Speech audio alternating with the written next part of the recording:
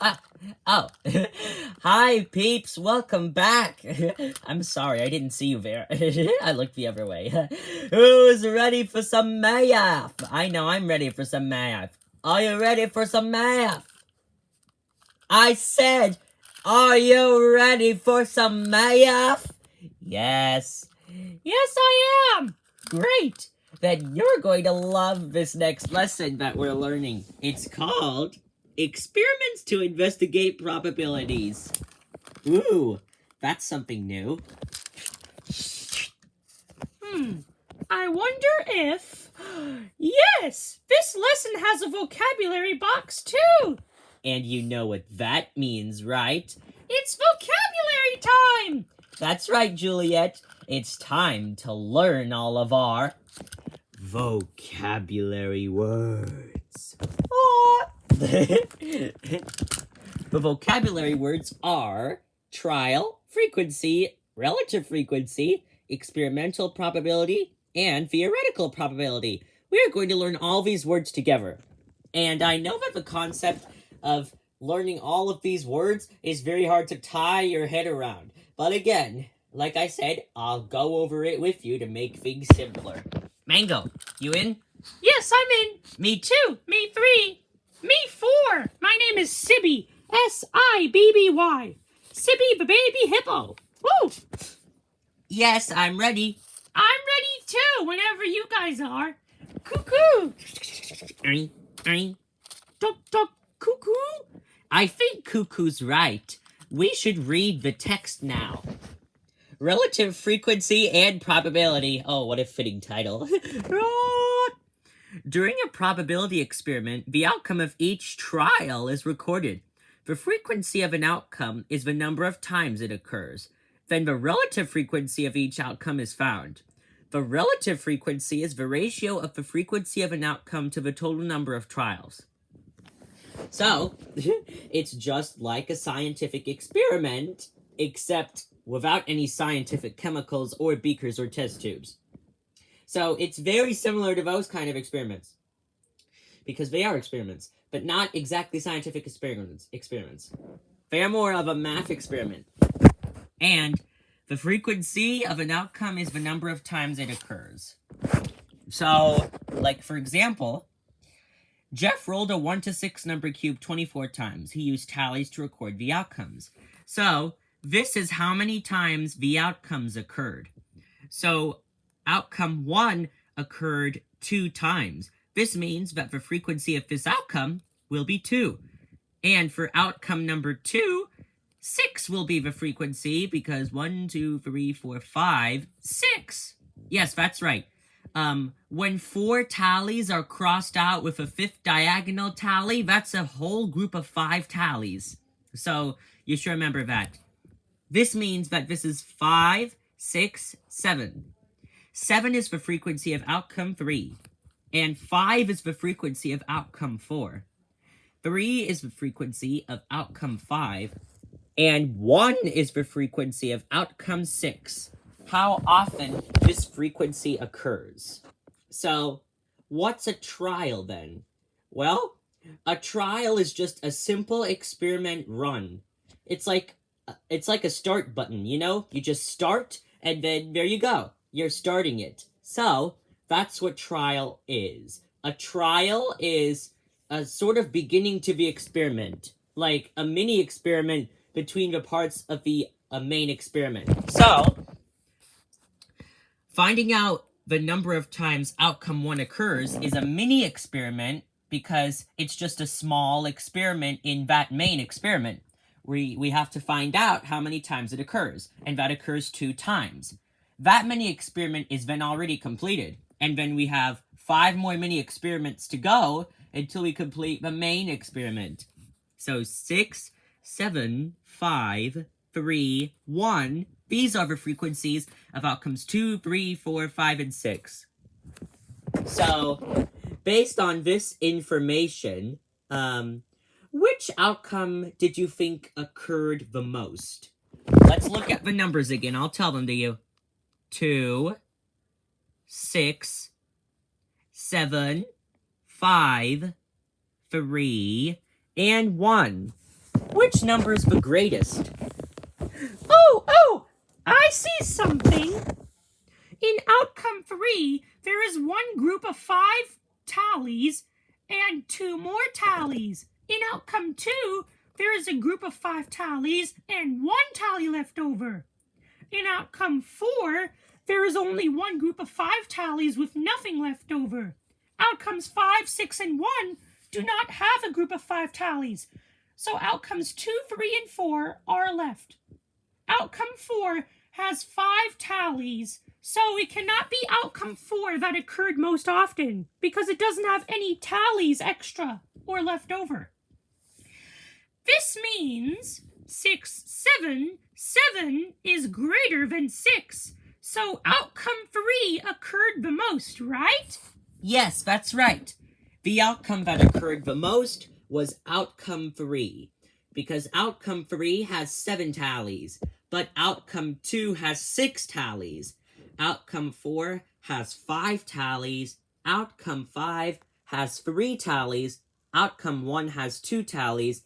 And finally, outcome 6 has 1 tally. This means that outcome 6 occurred the least often because it only has 1 tally, while the rest have more than 1 tally. Well done! Looks like all of you are getting the hang of this. All right, now we are going to skip right ahead of this table. I know, you might be thinking, Luke, doing this table is so crucial. Why'd you skip it?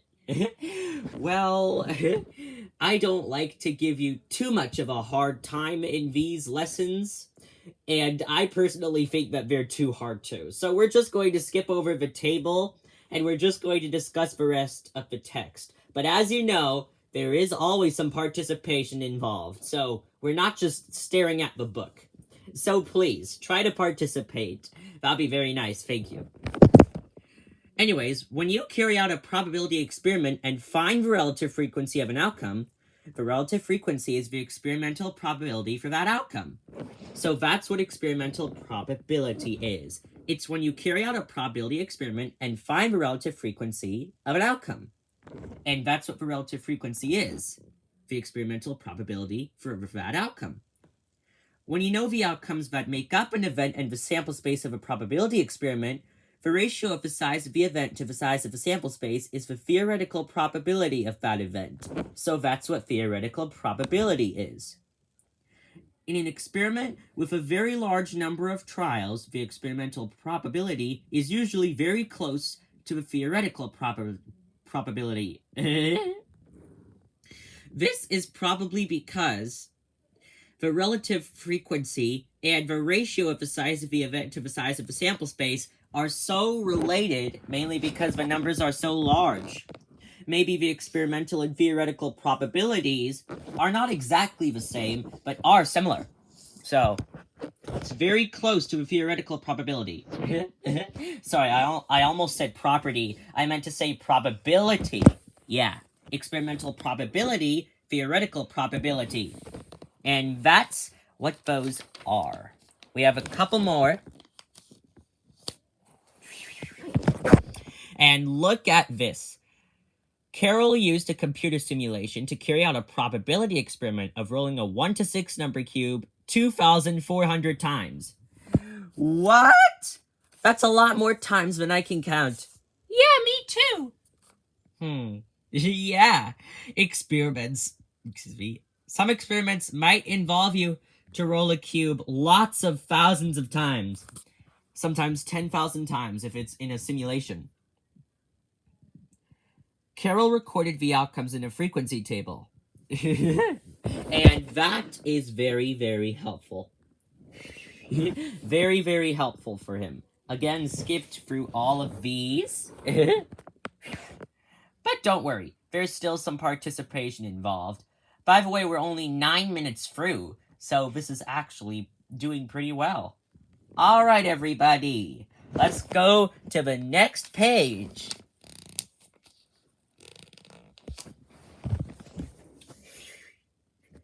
Complete this table to find the sample space for rolling a sum with two 1 to 6 number cubes.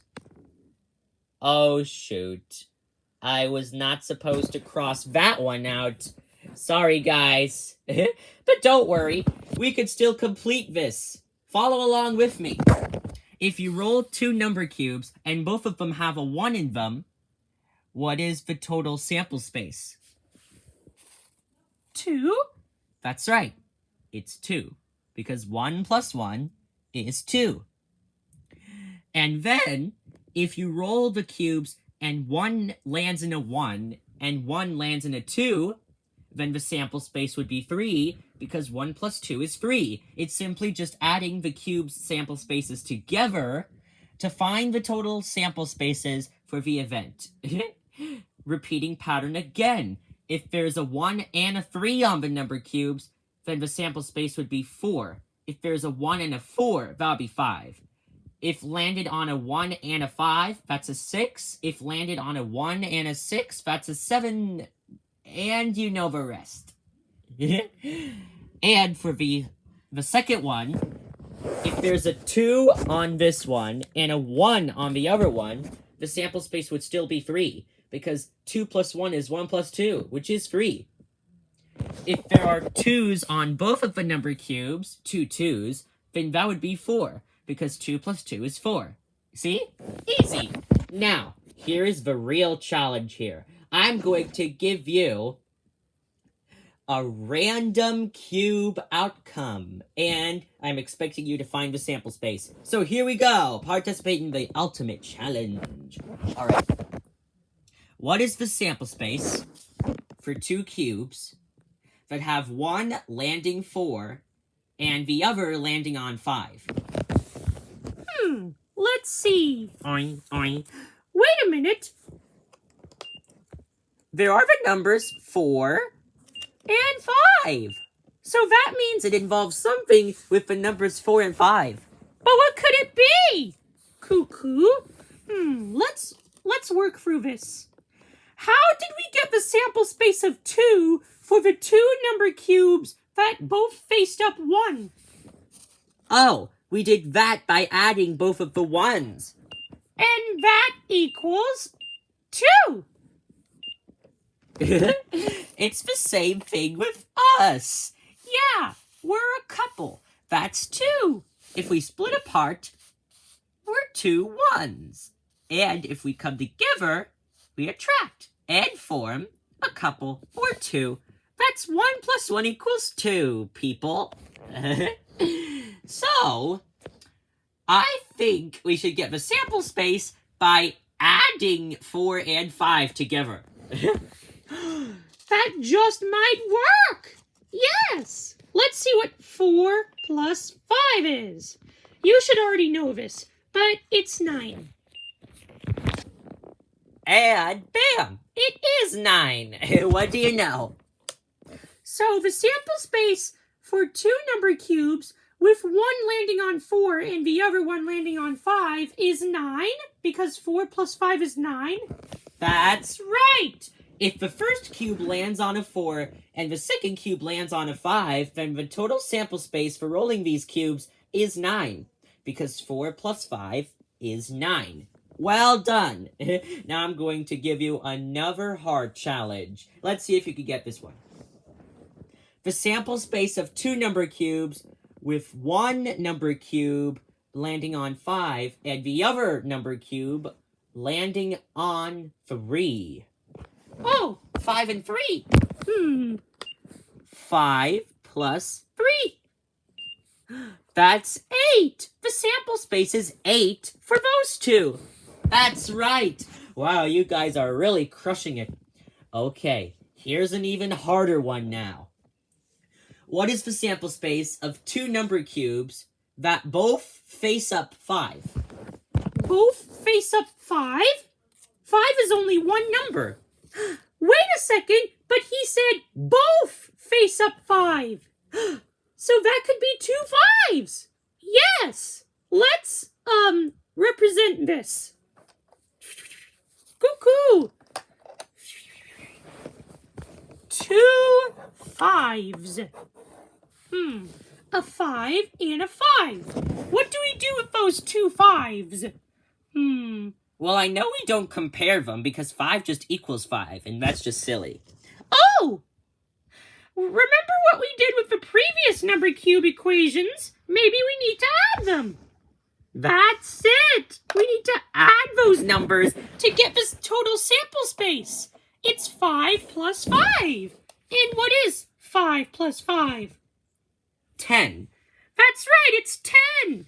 Because 1, 2, 3, 4, 5 this way, and 6, 7, 8, 9, 10 this way.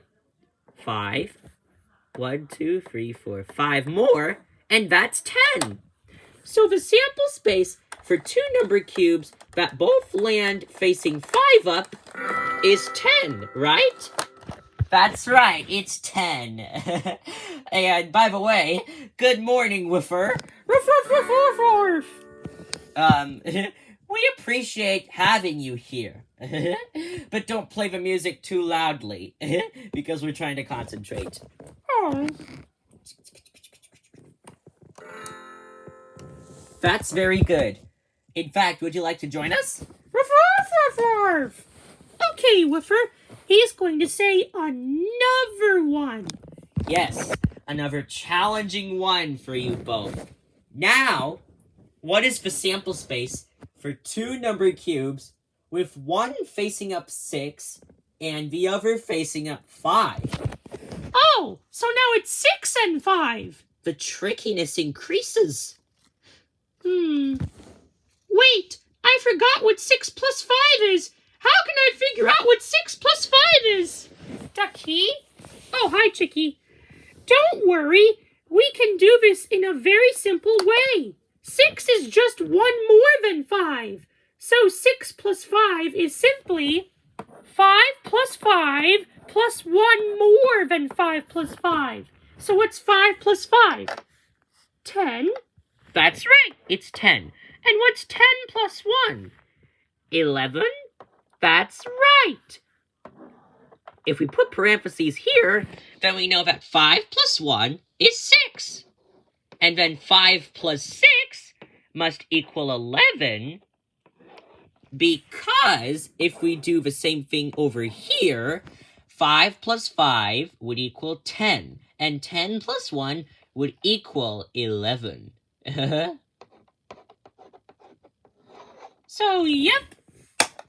That's how we get 11. So 11 is the sample space for those two? That's right, everybody. Well done. 6 plus 5 equals 11. And you are really crushing this. And you're right, we could do it both ways. 5 plus 5 equals 10, plus 1 is 11, or we could do 5 plus 1 is 6, plus 5 is 11. And now, here is the hardest one, because they only go up to 6, remember? The hardest one that I'm going to give to you is, what is the sample space for both of these cubes that both face up 6 now? 6? Wow! Both facing up 6! That's the highest, right? Because a 1 to 6 number cube only goes up to 6. Exactly, so that is the hardest one. Try the super challenge. Oh, well, it's 6 and 6, right? Let's write that.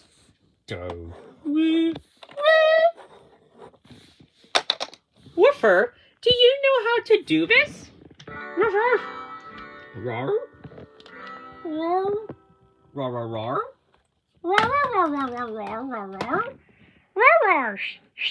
Oh, good point, Woofer. Woofer says that maybe we should add the two 6s together. Yeah, of course. I definitely agree. Ducky. Let's write it, Chicky. 3. 6 plus 6. I know how to solve 6 plus 6. Remember 6 plus 5? We did that before, and 6 is 1 more than 5. So 6 plus 5 plus 1 must equal 6 plus 6. And what is 6 plus 5? 11. Yes. And what's 11 plus 1? 12. So 6 plus 6 must equal 12. And we are right. It is 12. Well done, you two. That's the hardest I could go for you. Usually these equations are easy because you just add those two numbers together. It was very hard for Squeak, though, but well done, both of you. You solved all the sample space equations. Well done for both of you. And Squeak, that's a very helpful method for adding two sixes if you don't know what 6 plus 6 is.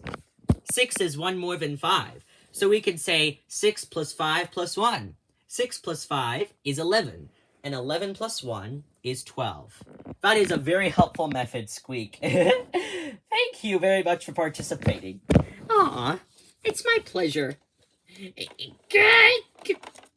little help? Yes, of course. There we go. And now we can figure out the sample space for any outcome if we just add the outcome of the first cube to the outcome of the second cube. And that's all we have for today. Let's see how long it took us to get through that. Ooh, 21 minutes and 37 seconds. Oh, that was quick. Yeah, that was very quick.